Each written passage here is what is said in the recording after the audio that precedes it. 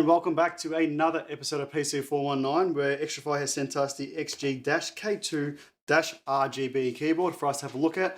Xtrfy have been around for a while. They obviously do keyboards for Ninjas in Pajamas, which is a CSGO team and an esports division in Europe.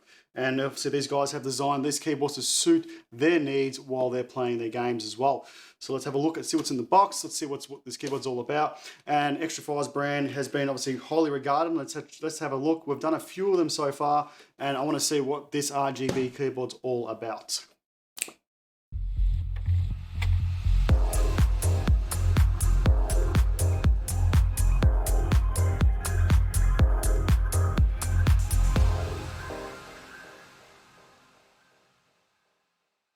So let's look at some of the specs that the Xtrfy keyboard actually has. Has a USB interface. It's got a standard 105 key, so it's a full-size keyboard. You've got the keycap layout, which is the Sculptor Type 2. The switches is the mechanical Cal Red. It's got anti-ghosting. It also has a 1000 Hertz polling rate. It weighs to 1.25 kilograms. The size is 440 by 140 by 35. The cable it comes with is 170 centimeter cable, and it is braided, black and yellow. And the warranty in the EU is 2 years. US and Asia and the rest of the world only has 1 year.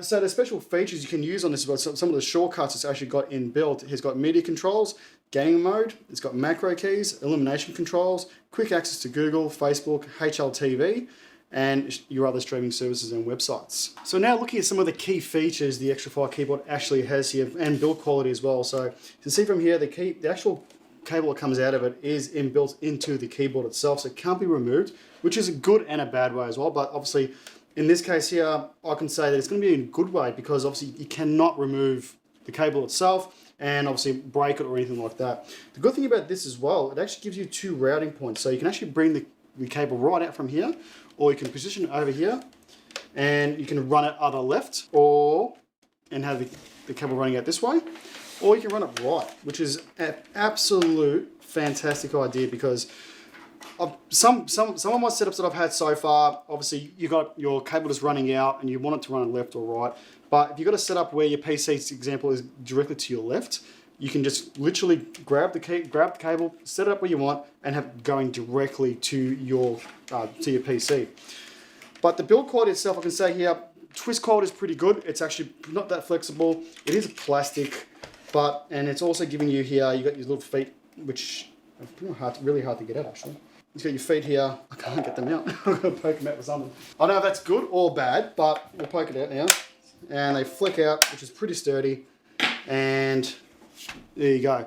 So you've got your bit of a height here as well at the same time. There's no palm rest on here, so they don't give you a palm rest with the actual keyboard. But as you can see from here, it is pretty good. And if you want to actually bring it back down again, you can just lay it flat as it is. Being a full-size keyboard as well, obviously most of the esports guys out here do love the 10 keyless and don't worry about the numpad itself. But obviously this model here does come as a full-size keyboard. And some of the key features on this, so it doesn't require any software to actually run this keyboard itself. Everything is inbuilt in here as well, which is really good. Some people do prefer software. Obviously the Logitech ones, we've got the review coming out for that, is all done by Logitech Hub, so you can fully control in here. But with the Xtrfy keyboard, you can actually do everything inbuilt here itself. So by changing this, you can actually do different color representations on here. So by pressing the FN key or the Xtrfy key here, you can actually change where you want everything up here. Or you can just do this. So you press the FN key and you'll be able to change all the colors and situations you want here, which is pretty good too. But and a lot of people do have that complaint about actually downloading software to make the software work, or you need firmware updates all the time and so forth. But some other people out there just prefer, you know what, I just want the keyboard as is. I don't want to install no software. I want to run it as just a normal keyboard. And if I want to control it, I'll control everything that I want on here as well. It has got a fair few media keys as well. So you can macro, you can do media on here as well. You've got your volume rockers on here. You've got email, you've got settings on here. If you press this, it's pretty sure it goes straight into, well, it's got Bing on here, so you can actually do that as well, or do a search. So it does give you a few options on here as well. By pulling out the keycap here, they are using a red switch, which is pretty quiet. I'm not sure if any other models do come out with different colors. Obviously, you've got blue and green as well.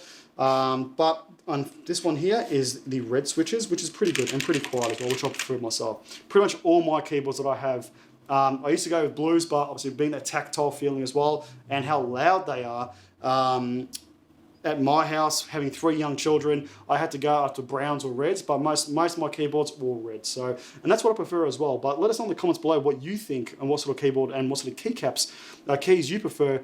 If you prefer obviously the blue or the reds or the browns, and the reason why you've actually got that as well. So do you prefer the tactile feeling of like the typewriter feeling with the blues, or do you prefer reds, a bit more silent, and you got the browns as well. So it's still a mechanical keyboard, but you don't get that tactile feedback at the same time. But me personally, I'm more into browns and reds.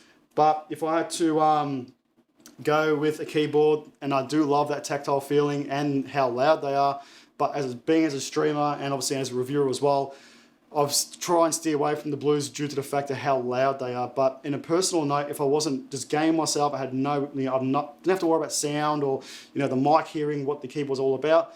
The blues do give that better satisfying feeling when you're playing a game at the same time. But like I said, the Xtrfy keyboard is actually really, really good. And I've got to say so far, with this and the way they've laid it out and the actual feeling itself, being plastic, yeah, it's okay. You've got some indentations on here, obviously with the installation. So you've got some clip notes on here I can see, which, personally, it's not the best thing, but it's probably the way it's been made. And like I said, the flex of the keyboard itself is pretty sturdy at the same time. So what are my final thoughts on the Xtrfy K2 keyboard? Now, as a professional gamer and esports, I've got to say that it's probably well worth it to buy this keyboard. As a non-gamer, sort of semi-use, and obviously just a casual gamer, I should say, I've got to say yes and no. The build quality on this is okay. I wouldn't say it's 100%. And the price on these keyboards itself, they're about 200 Australian dollars. Now for a $200 keyboard, I can see where they've put the money into this keyboard, and obviously the R&D as well, inbuilt, have everything inbuilt, no software required. You can pretty much set everything up. And example, if you do have an issue with the keyboard or the color selection, you want to reset it back to factory, just press the FN key and the backspace for about 10 seconds. Keyboard fully resets, takes the macros off and everything else, which is great. But for a $200 keyboard, I probably would have preferred something a bit more robust and beefed up to spend this much money on a keyboard itself. But I can see where Xtrfy have put the money into it in the R&D and have everything inbuilt. So there's yes, the keyboard's actually worth $200. But then as a casual gamer and people that like to have software control and so forth, I'm obviously going to say no. But if you are a professional gamer and want to go esports and literally don't want to have robot software and you want to macro everything on the keyboard itself, this is a good keyboard to have.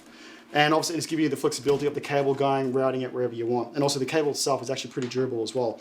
I've gamed on this for a couple of weeks and I did enjoy it, but like I said, there's gonna be two rounds of the spectrum regarding to this, where yes, people will enjoy it because it's everything inbuilt, don't have to worry about it. But then there's going to be other people on there where the casual gamers, where they want to control everything via software, or they don't want, pretty much to have everything set on the keyboard itself. And it's just the lazy guys, I'm going to say, or the lazy people, I should say, in regard to this. But for $200, I can see where they've put the money in. Obviously, they're going to make some money at the same time. You can buy it. They're roughly going for about $200 through other retail stores in Australia. So it's just, I've had a few on here. M-Wave selling for $200, and I think there's a few other brands, retailers out there that are doing the same thing. But guys, let me know what your thoughts are on the K2 keyboard from Xtrfy. Like I said, for me, I would buy it if I didn't have to use any software. And for me, I've got no issues if I use software or not. If you had to use software, well, this obviously isn't the keyboard for you. But let me know in the comments below, if you have bought the K2 keyboard, what are your thoughts on it as well? And have you had any issues or so forth? I have had no problems whatsoever with this keyboard.